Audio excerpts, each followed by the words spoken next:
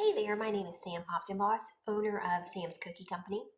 My husband and I created an add-in for Fusion 360 to make the process of creating a cookie cutter fast and fun. So this is going to be a tutorial on our newest Bella Pro. This is intended for cookie cutter shops that need to output multiple sizes of cookie cutters fast and not have to do all of the repetitive work. So the first thing we're going to do is go ahead and set up our drawing. Over here on the left, you've got an arrow on document settings. I'm going to go ahead and change this from millimeters to inches. So you just hit the notepad and go over to the right-hand side and change from millimeter to inch and hit OK. Now that is going to go ahead and set up our drawing to be inches, which is a little bit easier for you to create cookie cutters. This is how people buy them, usually by the inch versus the millimeter. So we're going to go ahead and close this document settings box because we don't need it anymore. Now I'm going to go ahead and talk about how we're going to use Bella Pro. So the requirement for Bella Pro is that you use one profile. And one profile is basically a closed sketch. You can sort of see how once I put my cursor in the center of the hand, the entire drawing lights up.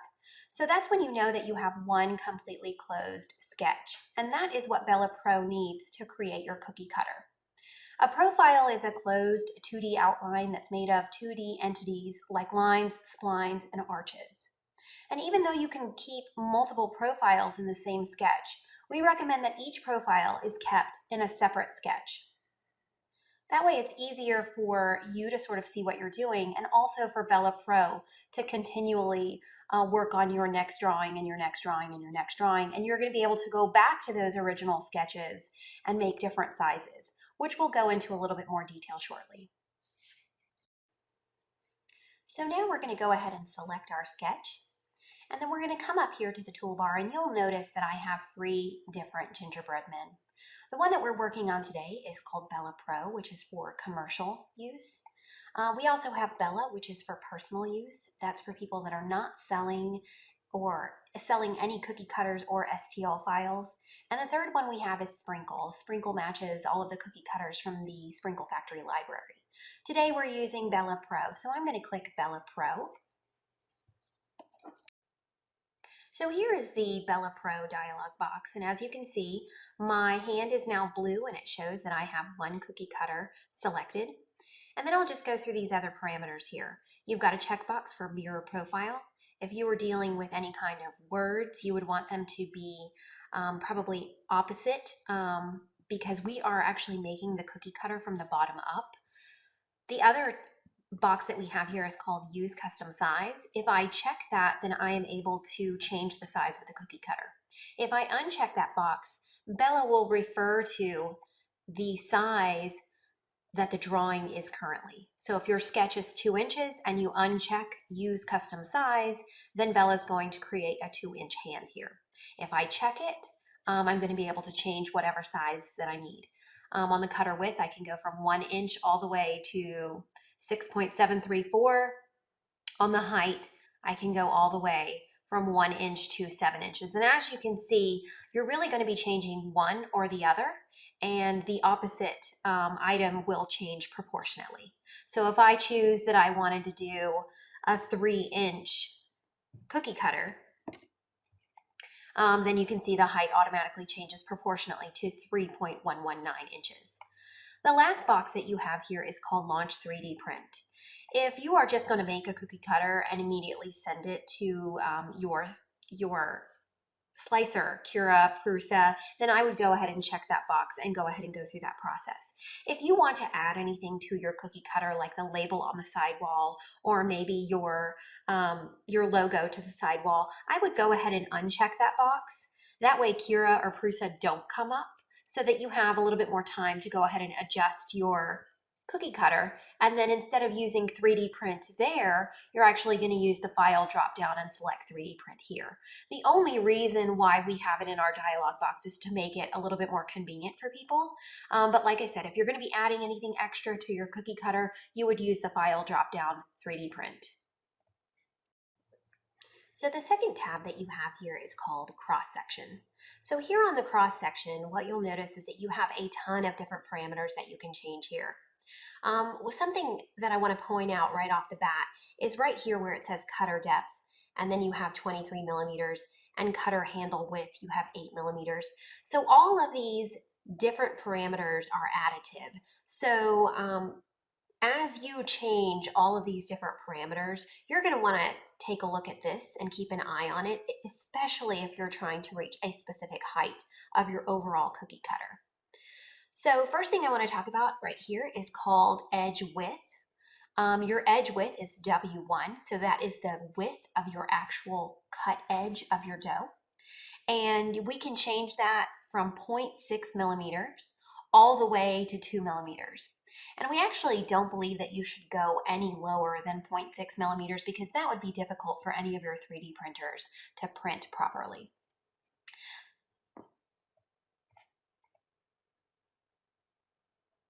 I'm going to change that back to 1. On W2, we've got wall width. So this is the actual cut wall. We tend to think that this is what's going to give your overall cookie cutter the strength. Right now we have it on 1 millimeter. It can go from 0 all the way to 3 millimeters. So I'm going to put it back on 1. On W3, you have got your handle width. And W3 is right here. It's kind of hidden in there. Right now it's reading 2 millimeters. It can go from 0 all the way to 8 millimeters, and I'm going to change it back to 2. And then you have a scroll bar here, so as you scroll down, you're going to be able to look at the other options here. We've got D1, which is edge depth, and D1 is right up here. So that's going to be the height of your dough. I generally leave it where it is right now at 6 millimeters. But you are able to change that from 6 millimeters all the way down to 1 millimeter. But I'm going to keep it at 6. D2 is going to be your wall depth, and D2 is here. So that's going to be your cut wall depth. I mentioned just a minute ago that that's actually going to give your cookie cutter some strength. So right now we have it listed at 9 millimeters. You can go from 0 all the way to 20 millimeters. But I'm going to change it back to 9 where we had it before. D3 is going to be your handle depth, and that's going to be right here in the middle to kind of give your handle a little bit of depth. Right now we have it at 0. I'm going to go ahead and leave it there, but if you wanted to adjust it, it goes from 0 all the way to 8, but I'm going to keep it on 0. R1, that is a neck fillet. The neck fillet is actually right here. Let me scroll up just a little bit more so you can see those numbers and letters. So R1 is right here. It's basically actually right in the crook of your cookie cutter. And right now we have it at 0, but it can change all the way from 5 millimeters to 0. And I'm going to leave it at 0 right now. R2, that is our top fillet. So if we look up here, that's going to be right here. That's going to be your fillet, which is a little bit curved here. And right now we have it at 4 millimeters, but you can go from 0 all the way to 5 millimeters. I'm going to put it where it was, right at 4 millimeters. And then the very last one here is our bottom fillet. So you can kind of see I have my top fillet at 4 and my bottom fillet at 4. You can make those the same. I tend to do that. But if we go up here, you can see this is R3. This is the bottom fillet. And then that one can adjust in the same way. So right now we have it at 4. It can go from 5 all the way down to 0. So I'm going to leave it back on 4 where it was. There we go. Now, if I were to just hit OK right now, it's going to produce our original Bella cookie cutter. And you can see our original Bella is 23 millimeters in overall height. And the actual handle is that really robust 8 millimeter handle. So if I hit OK, which we're going to go ahead and do, it's going to produce Bella. And so, whoa, that's a big cookie cutter. Let's go ahead and zoom out. And as you can see, we've got that beautiful cookie cutter. And if I hold down Shift and I hold down the wheel on my mouse, I can sort of turn it around for you. It's a very simple cookie cutter, but it's very robust. And so if somebody puts this in a bin with a bunch of other cookie cutters, it's going to be just fine in there. Nothing's going to happen. Okay, so now that we have a completed cookie cutter, let's go ahead and dive in and make another cookie cutter and change some of the parameters that we talked about just a second ago. So I'm going to come up here and I'm going to turn off body 8. We've been using this drawing over and over again, but one thing that I do want to remind you is anytime you're using Bella Pro, even Sprinkle, is that sketch 1, this is our original sketch. It's always going to be preserved so that we can come back and use that over and over again. And if I turn off sketch 1 and I turn on sketch 5 and I zoom out, you can see this is where we told it to create a specific size. Bella created a copy of that sketch and then it did all of the offsets for us. And then if you turn on body 8, you'll notice that is where we have our completed cookie cutter where all of the extrusions and fillets and all of that good stuff are. So I'm just going to go ahead and again turn off body 8. I'm going to go back to sketch 1. Same thing, this is preserved, so we're just going to use it again. I'm going to click on the hand. I'm going to go back to Bella Pro, and here we go again. We've got our general tab and we have our cross section tab. You can see that I have 1 selected on our cutter profile. I'm not going to mirror, but I am going to go ahead and change the size here. So I've got use custom size checked, and I'm going to go ahead and make this guy 4 inches now. I'm going to do a little bit of an assortment so I can have all these different kinds of different sizes of hands. So maybe it's parents and their children. So it's a 4-inch wide cookie cutter, and you can see our height is going to change proportionately. So it's going to be a 4.158-inch cookie cutter. And then I'm going to go ahead and uncheck launch 3D print because I don't really need to do that yet. Then I'm going to go to the cross section and I'm going to make those changes here. And what I want you to check out is this cutter depth and handle width. These are the overall dimensions of my cookie cutter. And I'm just going to move this up a little bit so we can kind of go through all of these. So the first one I'm going to go ahead and leave at 1 because I think it's fine. I'm going to leave my wall width at 1 too because I think that works great. The next one is my handle width. I'm going to change this guy to 0.5. Then I'm going to go to my edge depth and I'm going to change that to 6. Well, it's already at 6, so we'll go ahead and leave it. I've got my wall depth here, which is 9, so I'm going to go ahead and leave that there. D3, which is my handle depth, I'm going to go ahead and leave that at 0. My neck fillet, I'm going to make that 1. And then my top fillet and my bottom fillet, I'm going to make both of those 2. And what I'm doing is I'm actually building the cookie cutters that I've been creating for my Facebook group called Sam's Cookie University. And these cookie cutters are printing a little bit faster. They don't have that really thick, robust Bella handle. And as you can see, all of my parameters are equaling 20 millimeters in height, and then my handle is going to be 5.5 millimeters in width. So I really like this profile that I've created for the university, and I think everybody else does too. So now that we are done with that, I'm going to go ahead and move it just a little bit more so you can see my OK button. So I'm going to hit OK. Okay, that's big. So let's go ahead and zoom out and you can see our profile is a little bit different. This is definitely going to print a little faster. Regular Bella has a much more robust handle. So I'm going to go ahead and turn this one off so you can see the difference. Yeah, that's a much bigger handle on that guy. And this one was around 3 inches is what we created before. And then if we open the one that we just made, you can see the handle is a little bit smaller and our hand is a whole lot bigger. So that's the beauty of Bella Pro, even Sprinkles, that you can always go back to your original sketch and then change the size and use Bella again and again and again and again and again.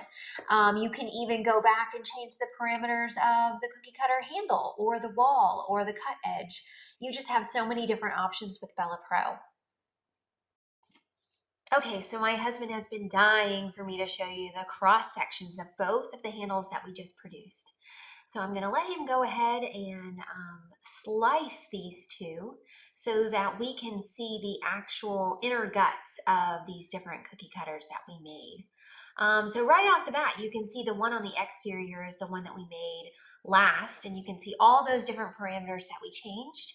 And then you can see the one right next to it to the left is that is actual Bella, and that handle is amazing. It's so robust. However, that handle takes a long time to print. So if you want to kind of reduce the print time but still have a fairly strong cookie cutter, just by making the adjustment in the handle, you can make that print faster and it's still really strong. So I hope that you enjoyed being able to see how you can customize the different cookie cutters with a press of a button.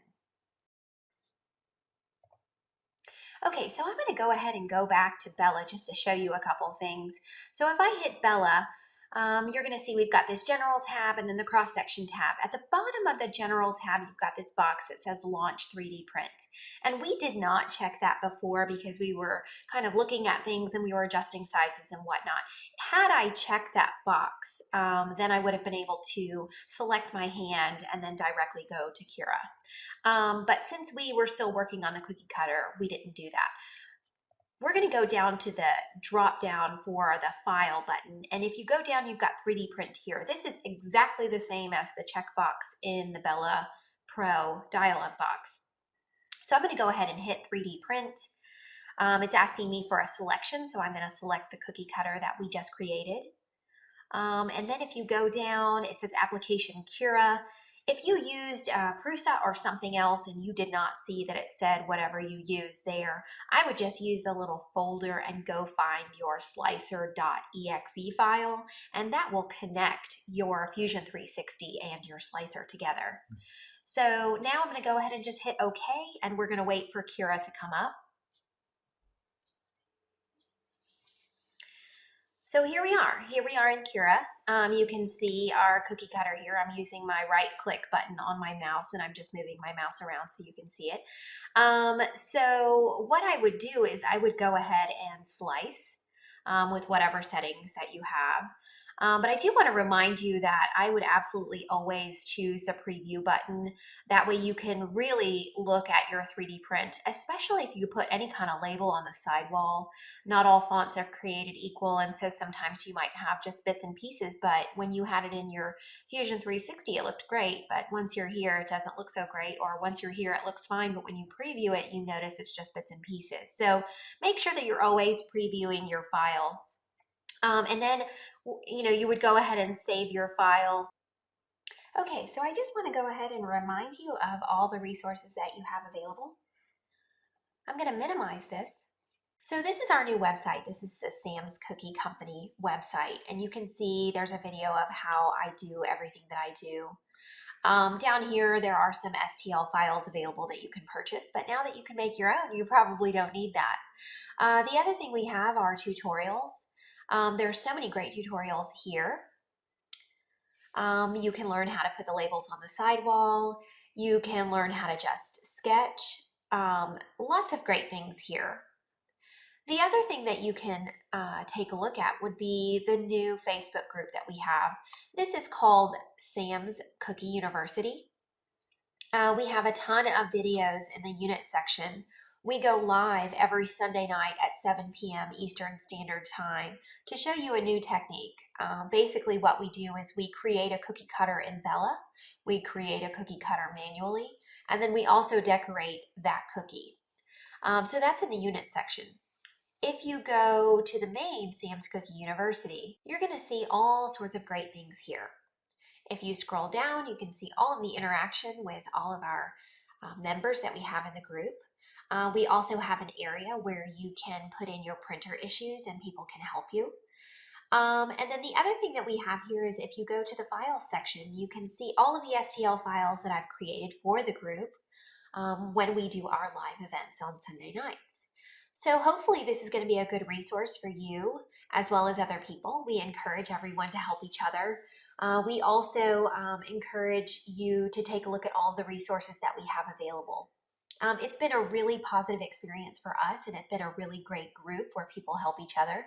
So thank you so much. We really appreciate you purchasing Bella and taking a look at this video, and we can't wait to see you on Cookie University.